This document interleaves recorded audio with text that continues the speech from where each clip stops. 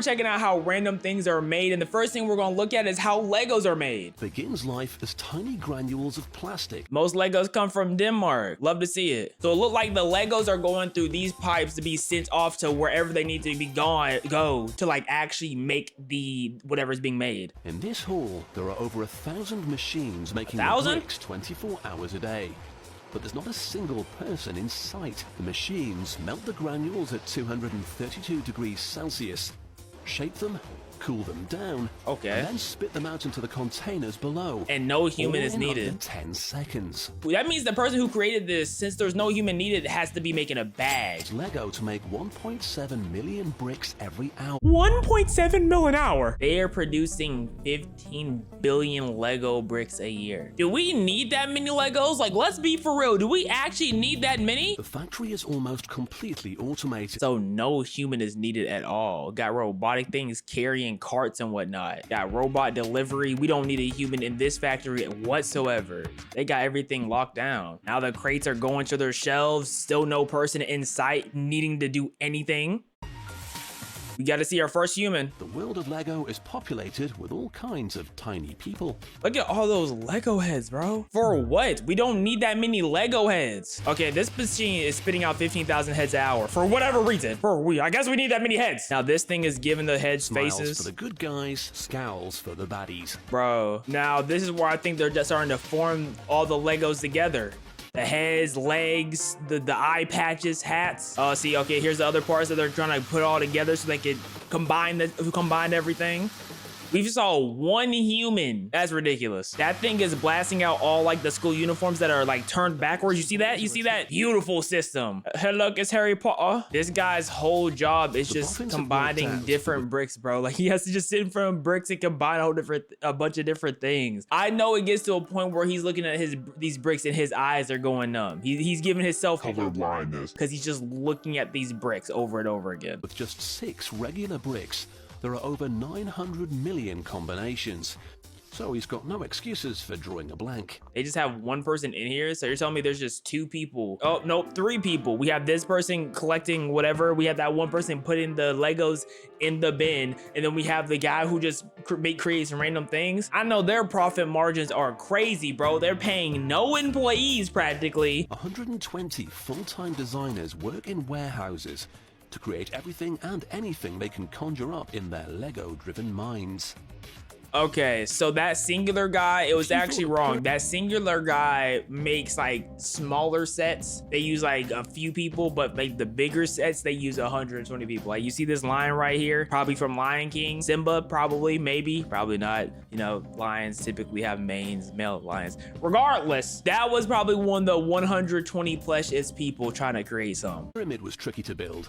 Just imagine trying to make one of these. Sorry, is that a rhino, the Titanic? Like, where does someone put the rhino or Titanic in their household to begin with? Where? There's no space.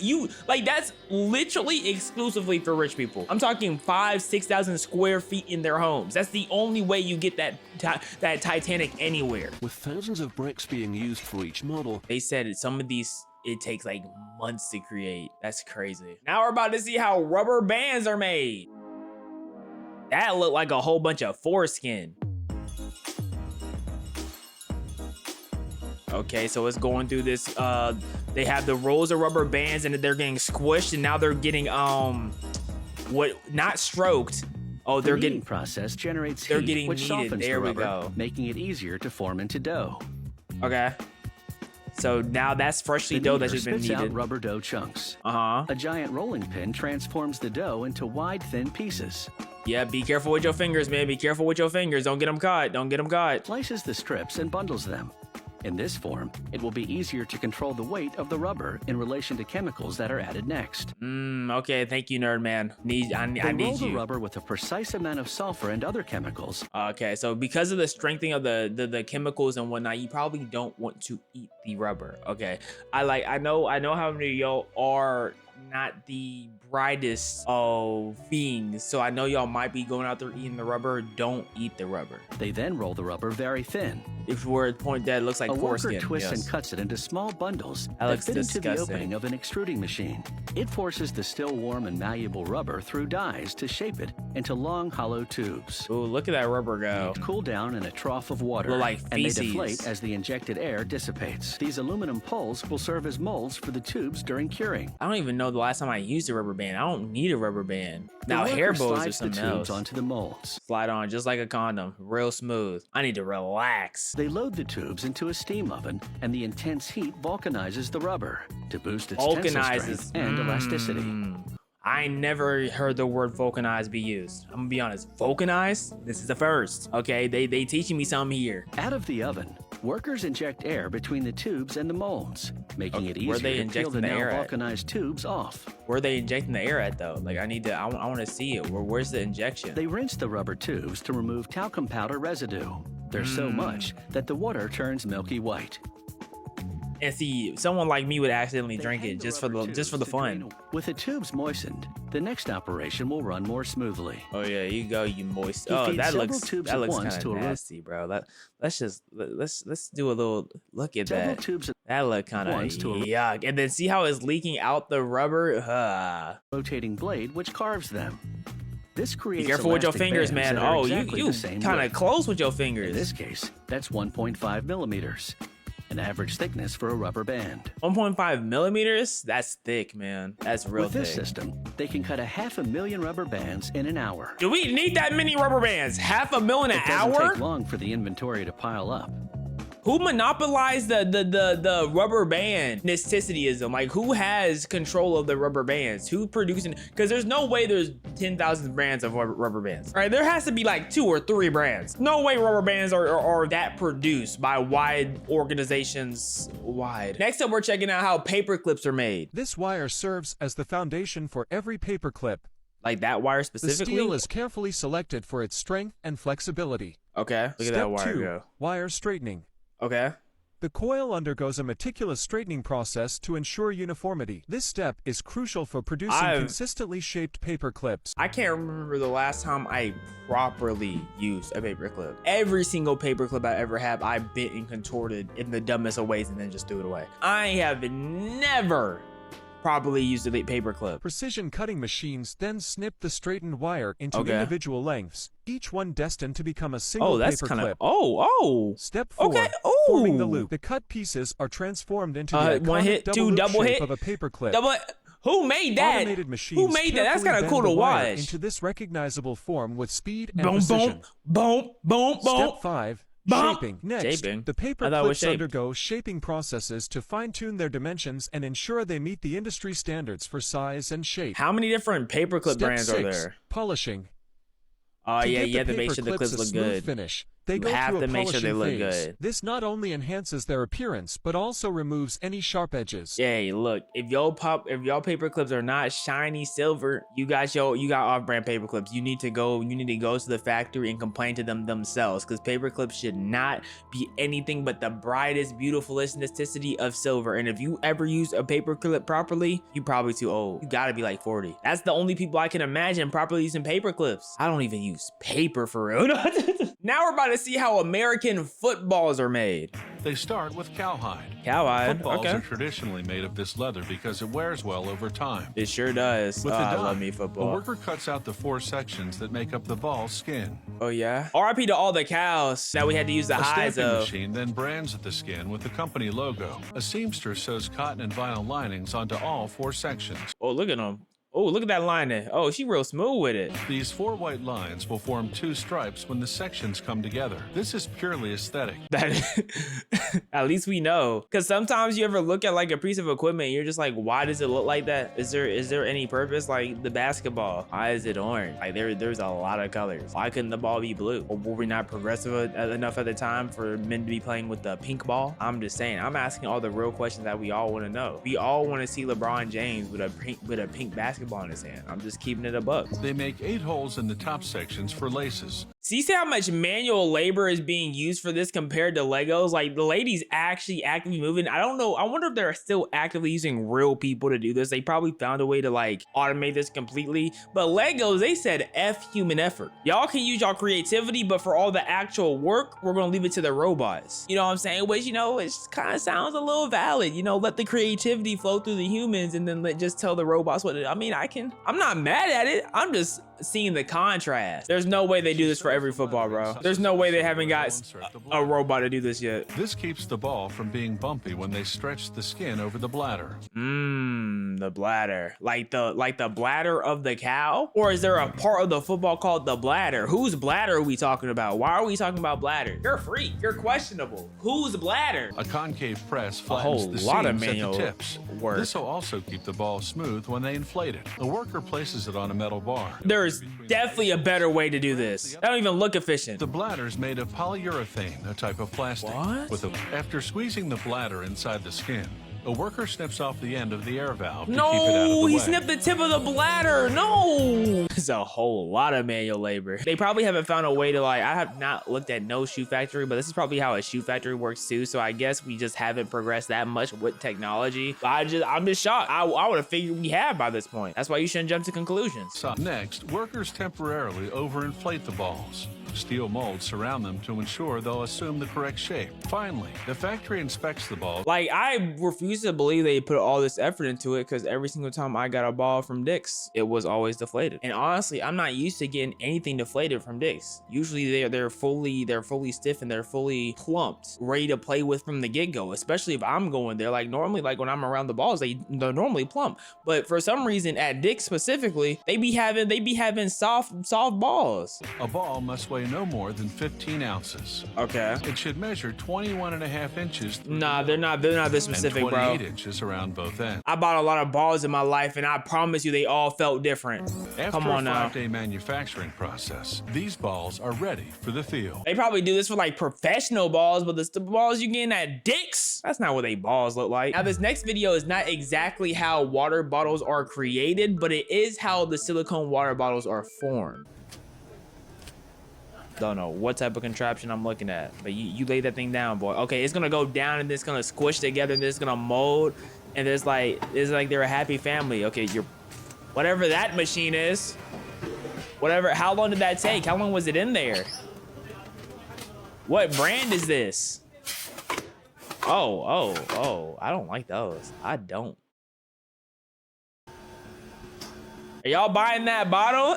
I'm not. I'm sorry if I offend anyone's company. I just don't like the way maybe they need to do like a wrapping and they're gonna put like a logo. They had to put a logo on it and whatnot. This is just like the shells. Okay, they're not just handing these out, but if we just take it from that standpoint, this kind of look like that Bubba Wubba gum. That's what this looked like. I love me Bubba Wubba. You would put it in your mouth for 3 seconds, get all the flavor, and it was gone immediately. And then it was chalky too. Why was the gum so chalky? Was it even called Bubba Wubba? You know, the gum that was in the wheel? Are those even still sold? Now we're about to check out how water beds are made, which is actually something I've never even thought of. I haven't even heard of water beds in like years. They used to be on like TV shows and they'll just be like, oh yes, I love a waterbed. Oh, they used to make waterbeds look so appeasing. But now I'm thinking about like, what if you just lay on a waterbed and all you're hearing is just the water slushing back and forth? Or let's say one day you forgot that you had a knife in your bed because like you like to cut your sandwiches in your bed. You go to sleep, wake up, you accidentally pop your bed, room flooded. Now that's like $2,000 of the bed, you know, gone, and then it's $10,000 of repairs in your room. Like, It is made of high durability vinyl.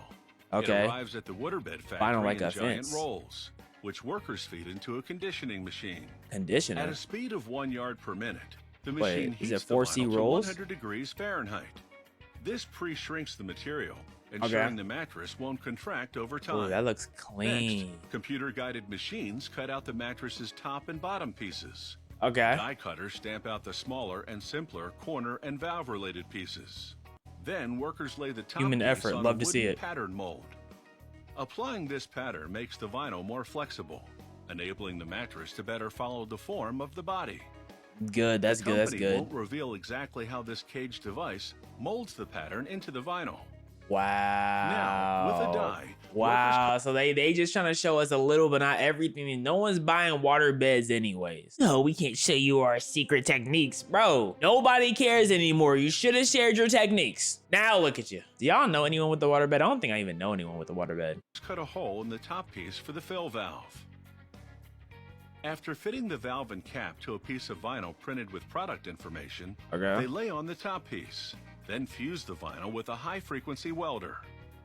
It emits high-frequency electromagnetic waves that heat and cause the molecules to interact.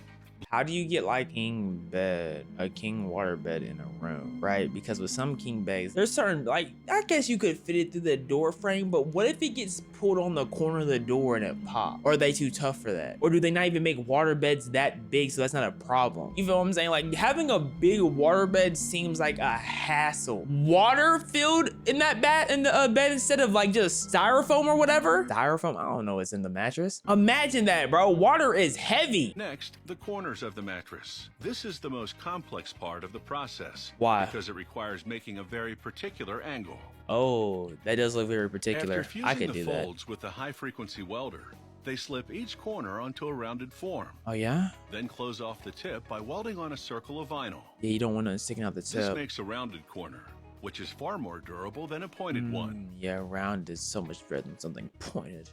No one likes a Whereas dagger. regular mattresses are foam-filled, waterbed mattresses contain fiber. I thought they contained water. I've been getting lied to? Then why are they going? Which makes the bed waveless. Mattresses come in various degrees of stability. Okay. The more layers of fiber inside, the less the mattress moves. Is that the fiber that helps you poo? Once they've inserted the fiber, workers perform a final round of high-frequency welding to close up the mattress. Okay. First, they position an aluminum stick Where's under the the area water they at? have to weld. A static laser line shows workers where to position the mattress. Well, they gotta close the automatic welder. mattress with the water in, Once duh. the mattress is welded all around, they remove the stick through the valve hole. Okay. Then flatten the mattress, distributing the fiber evenly within it. Like, water beds just aren't worth it. They really aren't. Imagine you have like a annoying little brat of a kid and they're just walking around playing around with a fork, or they're like they're playing Roblox. Imagine this, you have a little child, they're playing Roblox on their iPad in their bed, right? And they're eating because they, they threw a little fit, they don't want to eat at the table. So they're playing Roblox, they get mad, they just accidentally stab the bed and then pop. I'm sending that kid to China. It's gonna have to learn a whole new language because it's not gonna be able to be within me. I'm gonna get a restraining order on that kid so it's not in my range. Because if I get near that child, I might just chuck it out the window. Hit the baby. Final operation is quality control check. They put the mattress in a press and with a vacuum hose extract all the air. Oh yeah, suck that thing out. Yeah. Then they good set the hose. mattress aside for 6 hours to ensure no air seeps back in, Okay. which would indicate a leak. Elsewhere now in y'all- the so y'all factory, come back they the next construct day? the frame in which the Pretty mattress much. sits.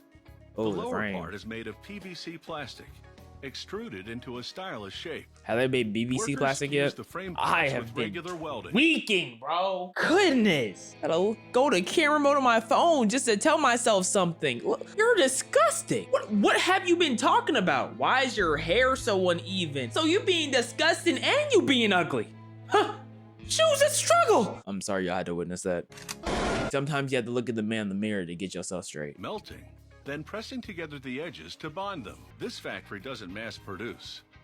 Every single waterbed is made to order from a range of decor choices. Okay, so it's one for one. So customer that's this factory specifically. So if we go to like some maybe bigger factory or more known that has to mass produce, if they even mass produce waterbeds anymore, then they wouldn't be doing all this. They only do all this because of how specific in particular they have to be. This one requested a frame upholstered in black faux leather.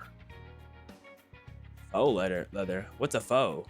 Like fee-fi faux thumb? The mattress sits on a Fee-fi thick faux melamine thumb? base. I said They thumb? slot it into the frame, Thumb. then secure it with screws.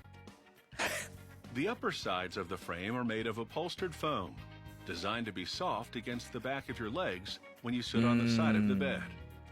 Okay. Waterbed mattresses are shipped empty. The installer fills it with water at the customer's home. Like, okay, that makes sense. It fills that water. That makes a lot of sense. Cause I was thinking about, so that means if you have to try to move the water bed, you have to get the water drained out. They have to bring something in the house, drain the water out, and then you can move the water bed. Bro, I know the water beds be vibrating like crazy if you fart on it. Like if you let a mean one out, a mean two, I know that is, you know what I mean? Do you? Like, no, it's like, seriously, do you know what I mean? Like, do you know what I'm talking about? Or are you just listening just to listen? No, because let me know. Because if I'm just talking just to talk, let me know. I am? Why did you let me know that, bro? Now I'm insecure. Now what do I do? I don't even know what to talk about no more. Since I'm just talking about just to talk. Oh, lucky I don't start gooning right this second. Leaving enough space inside for the water to displace under pressure. So even if the valve is open, water doesn't spill out. Oh, that's even cool. when someone's lying on the bed. Oh, that's really cool. Now we're about to check out how basketballs are made. It starts with a sheet of natural rubber. And before we even get into this, bro, I wish the WNBA would not have to have Caitlin Clark and Angel Reese go against each other, because every single time they go against each other, people always blow every single thing out of proportion. It's like people who've never watched basketball a day in their life just starts talking and trying to make somebody a villain when they're just playing basketball. I've not heard a word of either of the girls hating each other, but the media and the fans swear they hate each other. They swear they can't stand each other. Y'all see a flagrant foul and y'all think that she's trying to abuse her. Y'all see a girl get up from a flagrant foul, go to try to get in the girl's face, and y'all think she's jealous. What are we talking about? What no, seriously, what is this conversation? Have y'all seen the NBA? Commit a flagrant on almost any defender on the NBA. See how they like their main person is a defender. Commit a flagrant on any of them. See how they react. Like that's why I can't look at the media and fan talk when it comes to WNBA, because they be talking about nothing, bro. Thank you for attending my TED talk. I know none of y'all care about the WNBA, but let me show my feet real quick and then y'all start sniffing the screen.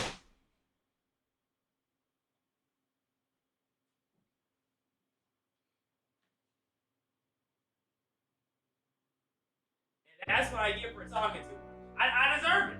I can't say I didn't. Let's watch the video. With a sheet of natural rubber. Oh, natural rubber. He places a die on top and activates a press to force it through the layers, which cuts out the shape. Shapes. He brushes an adhesive around the hole in the bladder and inserts a plug. Oh, I'm butt plugging you. Sorry, bro. Like, what did I fall for? Like, another worker inflates the rubber bladder as she places it in a spherical chamber. Why couldn't the same worker do both? And cures the rubber for 5 minutes. That looks like something I put on a fishing pole. The threads twist around the bladder and form a layer that both strengthens it and keeps it round. Okay. It's like a spider thread. The worker places the pattern on. So what, a basketball strips or 4 footballs? Is that what I'm seeing? A press forces the sharp edge pattern through the rubber. Like what? To cut out fish-shaped strips. Fish shape. Low-key, I never even thought about it like that. She lines the 2 halves of a bonding chamber with the strips. A bonding shaper or shaver? I don't like it shaving nothing. Gotta be shaper. Bladder. Why is that called a bladder? That does not look like my bladder, bro. She closes the bonding chamber and activates it. Inside, heat and pressure cause the strips to stick to the bladder. Heat and pressure makes diamonds. Places the ball in the mold and pumps more air into the bladder. I never heard of being referred to that. The mold applies heat and pressure to emboss the pattern onto the rubber. Oh. The ball is now ready to receive its stripes. This is like how you know it's the ball is certified.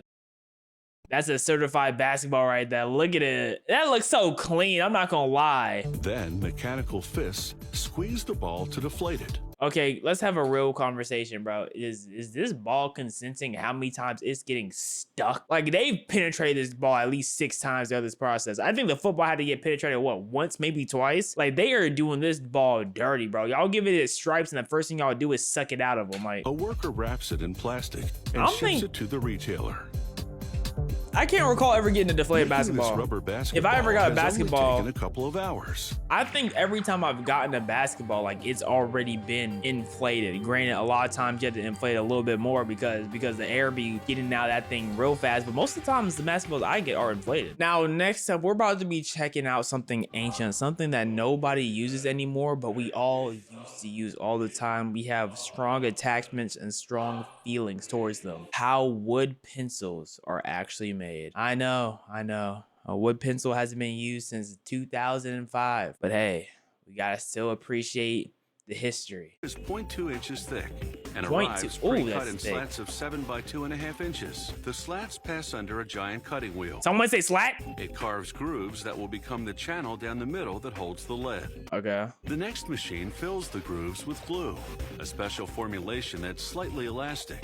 Didn't know there was cushions glue the in them. lead so that it's less likely to break inside the channel. That explains why the teachers hated us trying to eat our pencil. See, now that makes sense, right? Because everyone was nibble on their pencil and bite into their pencils. It's like if you don't have like carves or grooves in your pencil, you're not schooling right. Like that's how I know you're not really the smart one in class. If your pencil's all clean with no grooves in it. Every second slat moves on to another conveyor belt. Okay. Ones that stay on this line head toward the machine that lays in the lead. So they have to split it in half. Gotcha. The lead laying machine's wheel loads itself with leads. Their spacing matching the grooves in the slats. It's the same process for colored pencils. Y'all think the people who made these machines, like the way the machines are set up for these specific things, are like rich, or do y'all think they got hoed? Because I'm really like, I don't know which one they might be like, because they should be rich with how much for how much this is producing, but something tells me they got hoed. Like something telling me they probably gave them like a one-time thing, and then you know what I'm saying, they have to go and invent something else, or they're gonna be broke in 10 months. Like, I don't know. Only the leads are made of wax, clay, and pigments with no baking required. I like my lead baked. An automated arm flips each one over, slides it across a glue applicator, then drops it onto a leaded slat on the other conveyor belt. Okay. So now the pencil's about to be made. Now a plunger squeezes those sandwiches together Plunger? with a full ton of pressure. Where's the It plunger compresses at? them for an hour while the glue dries. This shaping machine makes the hexagonal profile in 2 steps. First, Hexagonal? its upper cutter forms 3 sides on top. What's then a its lower cutter hexagonal? shapes 3 sides on the bottom. No. What's a hexagonal? I've literally never heard of that. I've never heard of a hexagonal. What are these words? As soon as the bottom side is cut, the pencils separate. Look at that. That looks satisfying. I'm A not gonna worker lie. pulls a sample pencil from each batch coming off the line and Okay. manually sharpens it to spot check lead quality. You're gonna tell me that they just checking one to check all the lead quality. I was about to say, because there's not no man checking every single pencil. There's not no one man checking every single pencil. I was about to call the loudest of caps. For a pencil to pass this strength test, it has to withstand at least 4.5 pounds of force. It takes Yellow. 4 coats of paint to completely hide the wood grain. A 5th lacquering head paints a black stripe, this company's trademark. Okay, that's that company's trademark, but let's talk about everyone's trademark who's ever used a pencil in their life. Yeah, this is everyone's trademark. We all know about this.